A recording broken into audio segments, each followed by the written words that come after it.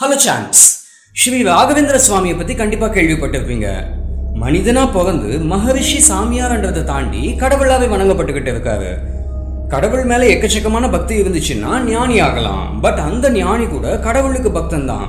ஆனால் என்ன காரணத்துக்காக உங்களை போல என்ன போல பக்தர்கள் மனசில் ஸ்ரீ ராகவேந்திர சுவாமி கடவுள் என்ற ஸ்தானத்துக்கு வந்தார்? மனிதனா பிறந்து ஒரு மனிதன் கடவுளானதுக்கு பின்னாடி ஏகப்பட்ட காரணங்கள் இருக்கு. மக்களோட மனசுல இவர் தான்ப்பா கடவுள் அப்படின்ற ஸ்தானத்துக்கு வர்றது அவ்வளோ ஈஸியெல்லாம் ஒன்றும் கிடையாது.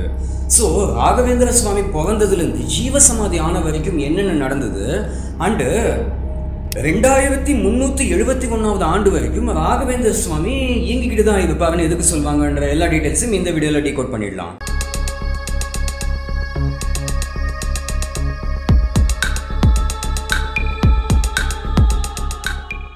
1595 புவனகிரின்னு சொல்லப்படும் இடத்துல ராகவேந்திர சுவாமியோட ஜனனம் நடக்குது. புவனகிரி அப்படின்னா, புவனம் அப்படின்னா உலகம், கிரி அப்படின்னா மலைகள். ஸோ மலைகளுக்கான இடம்ன்றது தான் அந்த புவனகிரி. பைதிவே இந்த புவனகிரி ஆக்சுவலி எங்க இருக்குன்னு பாத்தீங்கன்னா கடலூர் மாவட்டத்துல இருக்கு. கடலூர்ல ஒரு தாலுகா தான் இந்த புவனகிரி. ஸோ ராகவேந்திர சுவாமி பிறந்தது கடலூர் மாவட்டத்துல. தமிழ்நாட்டில் பிறந்திருந்தாலும் கன்னடம் பேசக்கூடிய பிராமண ஃபேமிலியில தான் ராகவேந்திர சுவாமியோட ஜனனம் நடந்திருக்கு. ஸோ சுவாமியோட தாய்மொழி கன்னடமா.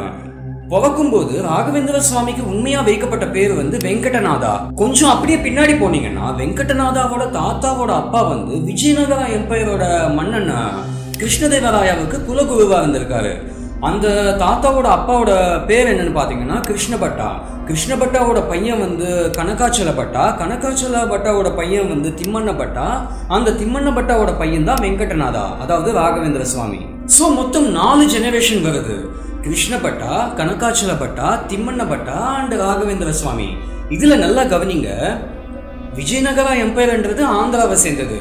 ஸோ கிருஷ்ணதேவராயோட வீழ்ச்சி தொடங்கும் போது ராகவேந்திர சுவாமியோட அப்பா திம்மண்ண பட்டா தன்னோட ஒய்ஃப் கோபிகாம்பாவை கூட்டிக்கிட்டு தமிழ்நாட்டோட காஞ்சிபுரத்துக்கு மைக்ரேட் ஆயிட்டாரு.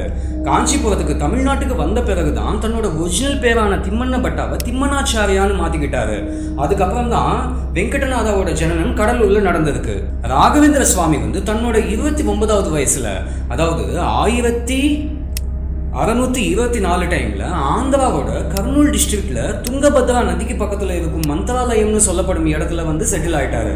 அந்த மந்திராலயம் தான் ராகவேந்திர சுவாமி வாழ்ந்த இடமா. அந்த மந்திராலயத்துல இருந்துகிட்டு தான் சுவாமி சில செம்மையான விஷயங்களை செஞ்சிருக்காரு. அதெல்லாம் பார்த்துட்டு தான் பக்தர்கள் ராகவேந்திர சுவாமியை கடவுளாவே வணங்க ஆரம்பிச்சிருக்காங்க. அதுல ஒரு சம்பவம் என்னன்னா, ஒரு கப்பல் ஹஸ்பண்ட் அண்ட் ஒய்ஃப் செத்து போனா அவங்களோட பையனை தூக்கிக்கிட்டு சுவாமியை தேடி வந்திருக்காங்க. எங்க பையனை எப்படியாவது காப்பாத்தி கொடுங்க அப்படின்னு சொல்லிட்டு கேட்டிருக்காங்க. அந்த பையனோட உயிர் போயிடுச்சு, பிணத்தை தான் கொண்டு வந்தாங்களாம். ஸோ சுவாமி அந்த பையனை தூக்கிக்கிட்டு இந்த இடத்துல வைங்க, வச்சுட்டு வெளியில போய் வெயிட் பண்ணுங்க, நான் என்ன பண்ண முடியுமோன்னு பார்க்கறேன் அப்படின்னு சொல்லிட்டு உள்ள மகாவிஷ்ணுவை வேண்டிக்கிட்டு தீர்த்தத்தை எடுத்து தெளிச்சு விட்டு இருக்காரு. கிட்டத்தட்ட 20லேருந்து 25 நிமிஷத்துக்குள்ள அந்த பையனோட உயிர் வந்துடுச்சான். பேக் டு தி லைஃப் அந்த பையன் வந்துட்டான். செத்துப்போன ஒருத்தனை திரும்பவும் உயிரோட வர வச்சுட்டாரு. இதை பார்த்த அந்த அப்பா அம்மா ராகவேந்திர சுவாமியை கடவுளாவே பார்க்க ஆரம்பிச்சிட்டாங்க. அவங்க மட்டும் இல்ல, அந்த சம்பவத்தை பார்த்த பல பேர் அப்படியே பிரமிச்சு போயிட்டாங்களாம். அடுத்து இன்னொரு சம்பவம் என்னன்னா, சுவாமியும் தன்னோட சீடர்களும் ஒரு தடவை காட்டு பக்கமா நடந்து போயிருக்காங்க. அது காஞ்சி போன காடு. அந்த காட்டுக்குள்ள நதியெல்லாம் எதுவுமே கிடையாதான். ஸோ அந்த பக்கமா நடந்து போய்கிட்டு இருக்கும்போது சீடர்கள்ல சில பேருக்கு தாகம், எக்கச்சக்கமான தாகம் எடுத்திருக்கு. ஆனா அங்க தண்ணி எல்லாம் எதுவுமே கிடையாது.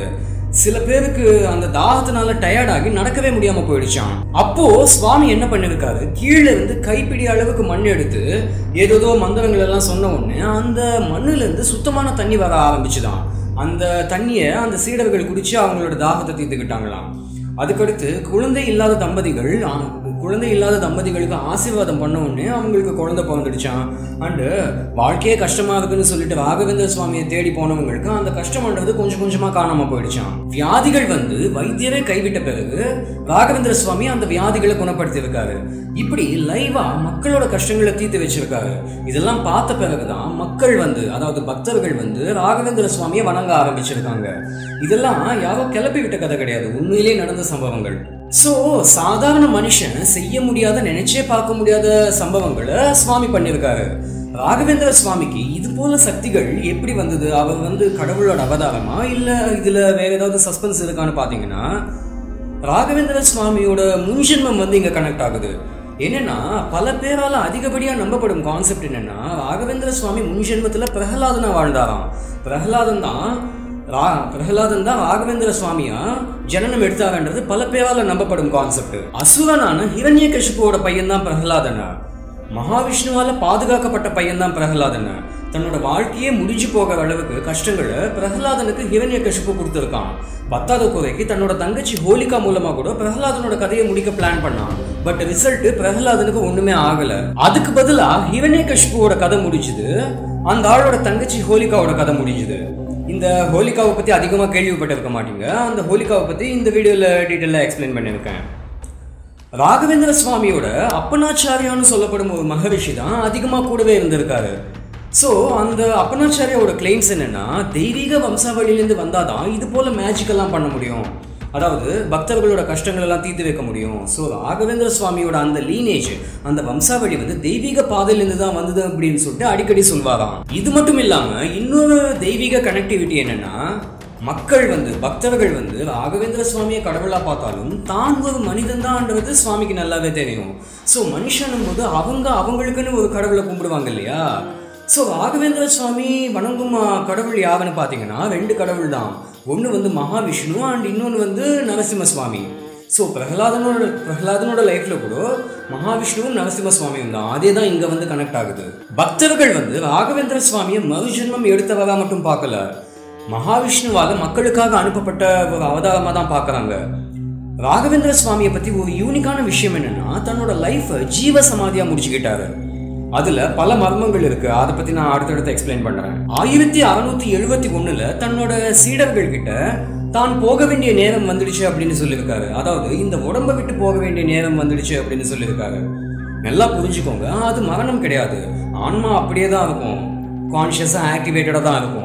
ஸோ ராகவேந்திர சுவாமி தன்னோட ஆன்மா உடம்பை விட்டு செப்பரேட்டாக செலக்ட் பண்ண நாள் எதுன்னு பார்த்தீங்கன்னா, ஆஷாட சுத்த திதி அன்னைக்கு அந்த நாளை செலக்ட் பண்ணியிருக்காரு. அந்த பர்டிகுலர் நாள் அன்னைக்கு ஆன்மாவா வெளியில வர்றதுக்கு சில வாரங்களுக்கு முன்னாடிலேருந்தே அதுக்கு தேவையான ப்ரிப்பரேஷன்ஸ் எல்லாம் செஞ்சுக்கிட்டு வந்தாராம். ஸோ ஜீவசமாதி ஆக போகிற நாள் இதுதான்னு சொல்லிட்டு சில வாரங்களுக்கு முன்னாடியே தெரிஞ்சு போச்சு. அதனால பக்தர்கள், அந்த காலத்துல இருந்த மன்னர்கள் அண்ட் ஒட்டுமொத்த ஜனங்களும் அந்த பர்டிகுலர் நாள் அன்னைக்கு அந்த மந்திராலயத்துக்கு வந்துட்டாங்களாம். ராகவேந்திர சுவாமிக்காக கட்டப்பட்ட அந்த ஜீவசமாதியோட பேர் வந்து பிருந்தாவனம். அதுக்குள்ள போயிட்டு நார்மல் போஸ்டர்ல உட்காந்துக்கிட்டாரு. அதுக்குள்ள போயிட்டு உட்காந்துக்கிட்டு தன்னோட சீடர்கள் கிட்ட இப்படி கல் எடுத்து வச்சு க்ளோஸ் பண்ணிடுங்க அப்படின்னு சொல்லியிருக்காரு. அதே போல அவங்க செஞ்சிட்டாங்க. இவங்க கல் எடுத்து மூடும்போது சுவாமி வந்து ஆழ்ந்த தியானம் செஞ்சுக்கிட்டு இருந்தாரு. உள்ள போயிட்டு உட்காரத்துக்கு முன்னாடி தன்னோட பக்தர்கள்கிட்டையும் சீடர்கள்கிட்டையும் என்ன சொல்லியிருக்காருன்னா, நான் வந்து இந்த ஜீவசமாதி அறையில 700 ஆண்டுகளுக்கு இருப்பேன் அப்படின்னு சொல்லியிருக்காரு. ராகவேந்திர சுவாமியோட இந்த ஸ்டேட்மெண்ட், நான் வந்து அடுத்த 700 ஆண்டுகளுக்கு, அதாவது 1671 அடுத்த 700 ஆண்டுகளுக்கு நான் வந்து ஆக்டிவா தான் இருப்பேன்னு சொன்ன அந்த ஸ்டேட்மெண்ட் அந்த காலத்துல இருந்த மக்களோட பக்தர்களோட மனசுக்குள்ள அசைக்க முடியாத நம்பிக்கையை கிரியேட் பண்ணி விட்டுடுச்சு. எப்படின்னா 2371 ஆண்டு வரைக்கும் சுவாமியோட ஆசீர்வாதம் நமக்கு இருந்துகிட்டே தான் இருக்கும். நம்மளோட அடுத்த 7 தலைமுறைகளுக்கு சுவாமியோட ஆசீர்வாதம் கிடைச்சிக்கிட்டே தான் இருக்கும். அதனால நம்ம வம்சம் செல்வ செழிப்பா இருக்கும் அப்படின்னு சொல்லிட்டு அந்த காலத்துல இருந்த மக்கள் எல்லாம் செம ஸ்ட்ராங்கா நம்பியிருக்காங்க. நம்புறது மட்டும் இல்ல, அவங்களோட பசங்களுக்கு சுவாமியோட பவர்ஸ் என்னென்ன மாதிரியான விஷயங்களை ராகவேந்திர சுவாமியால பண்ண முடியுமா அப்படின்னு சொல்லிட்டு சொல்லி தான் வளர்த்துருக்காங்களாம். அந்த விஷயங்கள் எல்லாம் ஜெனரேஷனா இன்னைக்கு வரைக்கும் தொடர்ந்து வந்துகிட்டு தான் இருக்கு. அந்த இன்னைக்கு ப்ரெசன்ட் டேஸ்ல கூட அந்த மந்திராலயத்துக்கு விசிட் பண்ணும் பக்தர்கள் வேற மாதிரியான எக்ஸ்பீரியன்ஸை ஃபீல் பண்ணதா சொல்லியிருக்காங்க. அதாவது எப்படின்னா, ஆழ்ந்த அமைதி, நிம்மதி, ஸ்பிரிச்சுவல் எக்ஸ்பீரியன்ஸை அந்த மந்திராலயத்துக்குள்ள ஃபீல் பண்ணதா சொல்லியிருக்காங்க. அதன்படி பார்க்கும்போது அந்த ஜீவசமாதிக்குள்ள இன்னும் 300 to 400 ஆண்டுகள் வரைக்கும் சுவாமியோட அந்த ஆன்மா இயங்கிக்கிட்டு தான் இருக்குமா. டைரக்டா எந்தவித கான்டாக்டும் இல்லாம ஏதோ ஒரு வகையில ராகவேந்திர சுவாமியோட கம்யூனிகேட் பண்றது போலதான் அந்த பக்தர்களுக்கு ஃபீல் ஆகுமா. சோ கஷ்டங்கள்னு வரக்கூடிய பக்தர்களுக்கு அந்த மந்திராலயத்துக்குள்ள சில பாசிட்டிவ் எனர்ஜி கிடைக்குதான். அதனால ராகவேந்திர சுவாமி அவங்களோட கஷ்டங்களை கேட்கறாங்க அப்படின்னு சொல்லிட்டு அதிகப்படியான பக்தர்களால ஃபீல் பண்ண முடியுதான். அந்த மந்திராலயத்துக்குள்ள என்டர் ஆகும்போது அந்த டிவைன் எனர்ஜி கிடைக்குமா, என்னமோ இருக்குப்பா இங்க அப்படின்ற ஃபீல் அங்க போறவங்களால உணர முடிஞ்சுதான். அதுவும் பர்டிகுலரா அந்த ஜீவசமாதி, அந்த பிருந்தாவனம், அதுக்கிட்ட போகும்போது இந்த கூஸ் பம்ப்ஸ்ன்னு சொல்லுவாங்கல்ல, அது போல எக்ஸ்பிளைன் பண்ண முடியாத டிவைனிட்டி பக்தர்களுக்கு கிடைக்குமா? யாரோ நம்மளை வாட்ச் பண்றது போலலாம் தோணுமா? சில பேருக்கு கஷ்டங்கள் என்ன கஷ்டங்களுக்காக வந்தாங்களோ வந்து வேண்டுவாங்களோ அந்த கஷ்டங்கள் எல்லாம் சால்வ் ஆயிடுமா? ராகவேந்திர சுவாமி சால்வ் பண்ணி விட்டுடுவாராம். அது அவங்கவுங்க லைஃப்ல எக்ஸ்பீரியன்ஸ் பண்ணியிருக்காங்களாம்.